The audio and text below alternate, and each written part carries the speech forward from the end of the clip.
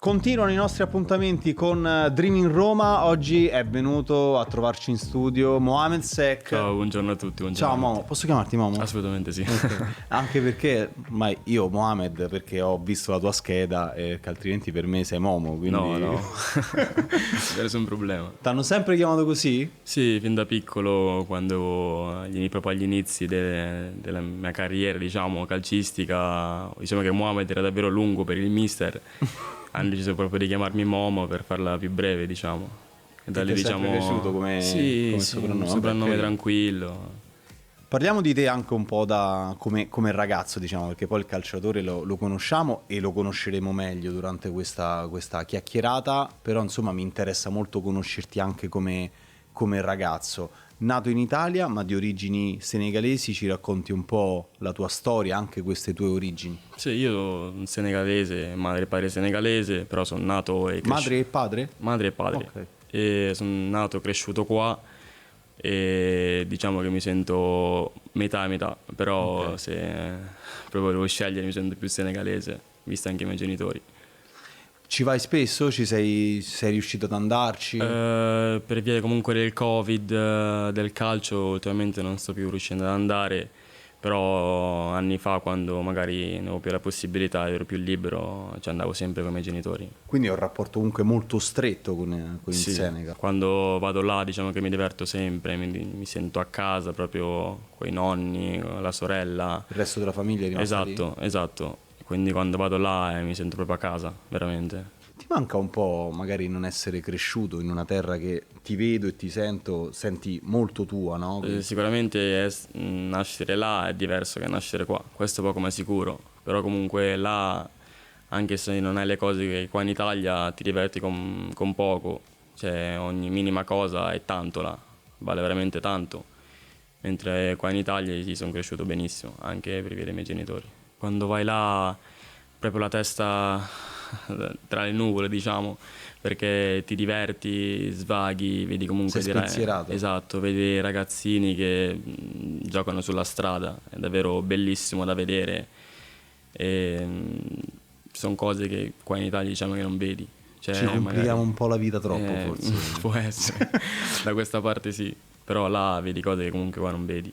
Cioè cose belle da vivere veramente. E ci giochi a calcio con i bambini lì in Senegal? Sì, ti diverti veramente tanto. Probabilmente ti vedono anche già come un idolo. Diciamo, non vorrei portarmela... No, però, ok, magari ho sbagliato io parola, cioè come una persona che in Europa gioca a calcio a livello professionistico, quindi per il bambino che gioca per strada, assolutamente comunque, sì. wow. Sì. Era una bella cosa comunque. Tu come hai iniziato a giocare a calcio? Io ho iniziato al Mortara Calcio all'età di 6 anni, dopo 2 anni mi sono trasferito al Milan, ho fatto 2 anni, poi sono andato alla Pro Vercelli, da lì poi sono venuto a Roma. Ecco, il tuo è un po' non un percorso al contrario, però è un percorso molto diverso, no? Perché di solito, soprattutto qui a Trigoria, siamo abituati al calciatore che fa tutta la trafila nel settore giovanile e poi esordisce o comunque fa il salto nel professionismo. Tu in realtà questo salto lo avevi già fatto, perché alla Pro Vercelli avevi giocato in Serie C, avevi alcune presenze in Serie C, poi a gennaio è arrivata la Roma, quindi esordio nel professionismo a 17 anni, esatto, chiamata della Roma, di fatto però per tornare nel settore giovanile. Come le hai vissute quelle settimane? È successo tutto molto in fretta, se non sbaglio. Molto in fretta, perché ho fatto una partita all'inizio di dicembre. Dopo quella partita lì è arrivata la chiamata del mio agente dicendomi che la Roma è interessata a me. Io non ci credevo, i miei genitori non ci credevano e appena è arrivata questa proposta, diciamo, non ho esitato a dire di sì. Cioè io volevo la Roma, volevo, diciamo, cambiare, anche se ho fatto magari un passo indietro, ho reso... Cioè tu non hai pensato in realtà però io già sono professionista, magari a fine stagione mi chiama una società per fare la Serie B, la Serie A, cioè tu hai detto subito. No, sicuramente ci ho pensato, però ho pensato anche a altre cose che ci stanno dietro e mi sembrava comunque la scelta più giusta da fare in quel momento. Qual è la cosa che ti ha convinto di più? Cioè perché dici ti chiama la Roma, ovviamente subito la reazione, poi quando ci hai riflettuto la cosa che ti ha convinto di più qual è stata? No, sicuramente Roma in sé. Comunque la Roma ha un settore giovanile che forse è tra i migliori d'Italia, se non il migliore. E sapevo comunque venendo a Roma crescevo, se sarei cresciuto veramente sia fisicamente che mentalmente, sarei diventato veramente un giocatore, diciamo. E questo secondo me è uno dei fattori che mi ha portato qui. Alla Pro Vercelli non volevano mandarti via, non è stata una trattativa facilissima, anche perché appunto come dici tu è successo tutto molto in fretta, e c'è stato un momento magari di sconforto in cui dici cavolo non mi mandano via, sto perdendo un treno. Sì, diciamo c'è stato quelle 2 settimane tra fine dicembre e inizio gennaio dove dicevo ma non è che non vado più alla Roma, mi ero un attimo preoccupato e diciamo che c'era un po' rimasto. Però era anche una bella cosa da parte della Pro Vercelli comunque vedere un suo giovane che voleva che andasse via, però meno male che alla fine in un qualche modo sono riuscito a mettersi d'accordo e a chiudere la trattativa. E com'è stato l'impatto al tuo arrivo a Trigoria? Davvero bello, bellissimo, ero soddisfatto, i miei non ci credevano, cioè quando ero sul divano con mia mamma il giorno prima mi fa ma davvero, cioè te ne vai fino a Roma? Perché ne aveva ancora realizzato il fatto che era veramente a Roma ed è stato davvero bello, cioè entrambi orgogliosi, pure mio fratello e mia sorella, tutti felici davvero. Ti ha seguito la famiglia? Sì. Sì, sì, Quindi sì. adesso siete tutti a Roma? Anche lontanamente, cioè se ne sono lontani, sono sempre attaccato a loro sono attaccati a me. Cioè comunque abbiamo un bel rapporto e questo è l'importante, comunque dà tanta forza a me, comunque sto qua a Roma, i miei stanno su, diciamo tanto questo. Cioè se non c'hai alla base questo qua è difficile per un giocatore, comunque Certo. per un giovane andare avanti. Tu hai iniziato quindi a vivere nel convitto della Roma e poi adesso invece da maggiorenne sei uscito, immagino. Sì, no? no, esatto. Sicuramente nel convitto della Roma sono cresciuto tantissimo grazie ai tutor e mi ha fatto veramente sentire a casa, cioè mi ha fatto veramente sentire uno di loro. Fin dal primo giorno mi hanno trattato benissimo e spero di averli cambiato. E sicuramente grazie a questo mi ha fatto sentire a casa, ecco.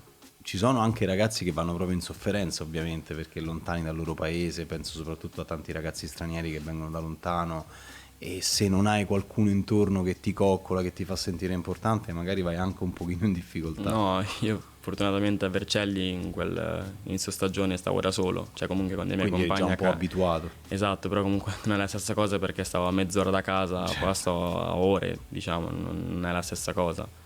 Però comunque grazie al convitto sono cresciuto tanto e non ho avuto questo problema della lontananza, di questo fatto. Grande momento di esaltazione, ti brillavano gli occhi, gol all'esordio e poi però subito un infortunio alla spalla. Quanto ti ha buttato giù quella cosa? No, soprattutto perché era il primo derby, era il primo derby che giocavo, ero tanto felice, tanto...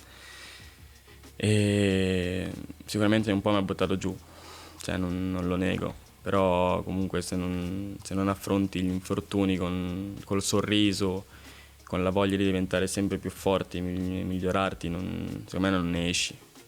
Comunque se anche, lo ripeto, la famiglia al tuo fianco, delle persone che ti stanno vicine, soprattutto in questi momenti, ne esci. Ricordo che quel tuo primo gol con l'Under 18, ricordo una foto di quel gol con una dedica speciale, per chi era? Era per mio padre, perché si era sentito davvero male in quei giorni e quel gol, comunque le partite vanno sicuramente a lui. Stava davvero male, quindi un pensiero sicuramente è andato a lui.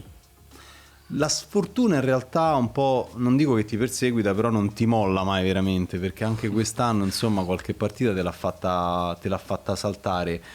Ogni volta ti fa crescere di più o ogni tanto lo pensi pure, cavolo, però basta, sempre a me? No, sicuramente quello lo penso, lo penso sicuramente, però come ho detto prima lo affronto sempre col sorriso e cerco sempre di migliorarmi magari dove ho problemi e comunque grazie sempre alla fisioterapia che è sempre disponibile riusciamo, diciamo, a riprenderci velocemente.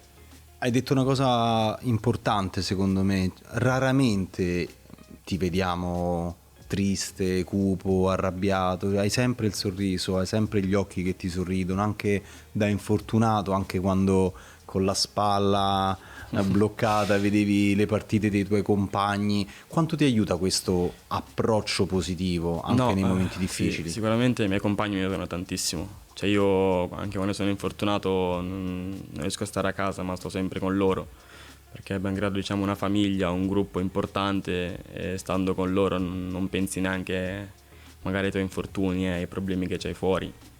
Quindi sicuramente il primo fattore è il gruppo è davvero importante. Che tipo di difensore sei? Cioè, come ti definiresti? Cioè, io un'idea ce l'ho e poi te la dirò, però tu come ti definiresti? Cattivo.